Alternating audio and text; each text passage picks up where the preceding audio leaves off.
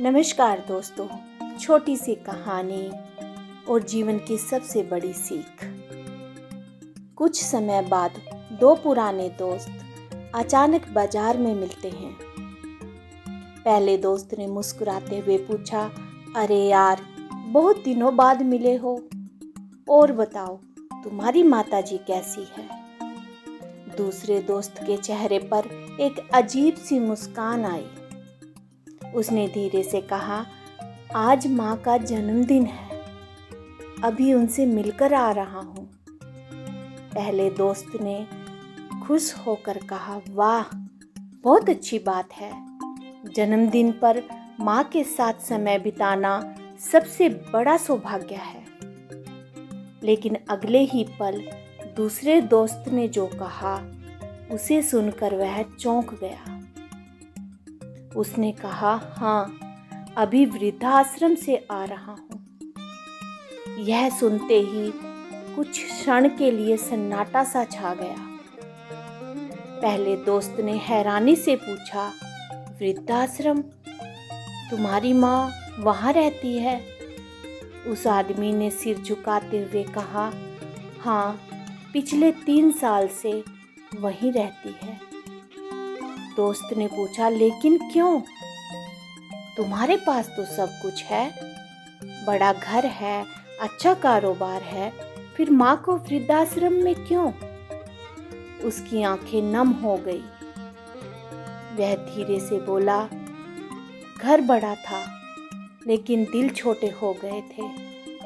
पत्नी को माँ की आदतें पसंद नहीं थी, बच्चों के पास माँ के लिए समय नहीं था, और मैं इतना व्यस्त हो गया था कि माँ की तन्हाई को देख ही नहीं पाया। एक दिन घर में बहुत बहस हुई। मुझे लगा कि शायद वृद्धाश्रम में ही माँ की अच्छी देखभाल हो जाएगी। मैंने खुद उन्हें वहाँ छोड़ दिया। यह कहते कहते उसकी आवाज़ भर गई। आज उनके जन्मदिन पर उनसे मिलने गया था, केक भी ले गया था, कुछ कपड़े और फल भी लेकर गया था। दोस्त ने पूछा, फिर माँ तो खुश हुई होगी?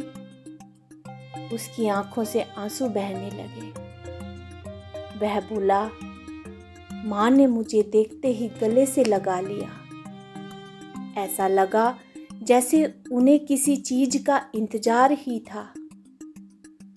उन्होंने केक काटा, सबको मिठाई खिलाई और फिर धीरे धीरे से बोली, बेटा, आज भगवान से एक ही प्रार्थना है कि। मैंने पूछा, क्या माँ?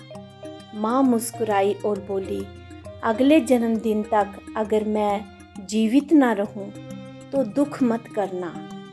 बस इतना याद रखना कि मैंने तुम्हें कभी अकेला नहीं छोड़ा था। यह सुनकर मेरे पैरों तले से जमीन खिसक गई। मैं रो पड़ा। मैंने माँ के हाथ पकड़ लिए और कहा, माँ, मुझे माफ़ कर दो। माँ ने मेरे आंसू पोंछते हुए कहा, पगले, माँ अपने बच्चों से नाराज नहीं होती। माँ तो बस बच्चों की खुशी चाहती है। वृद्धाश्रम से लौटते समय मैं सोच रहा था, जिस माँ ने मुझे 9 महीने कोख में रखा, जिसने रात रात भर जागकर हमें बड़ा किया, जिसने हमारी हर छोटी बड़ी खुशी के लिए अपना सब कुछ त्याग दिया, उसी माँ के लिए क्या हमारे घर में एक कमरा भी नहीं बचा? दोस्त की आंखों में आंसू बह रहे थे। पहला दोस्त भी अब कुछ नहीं बोल पा रहा था।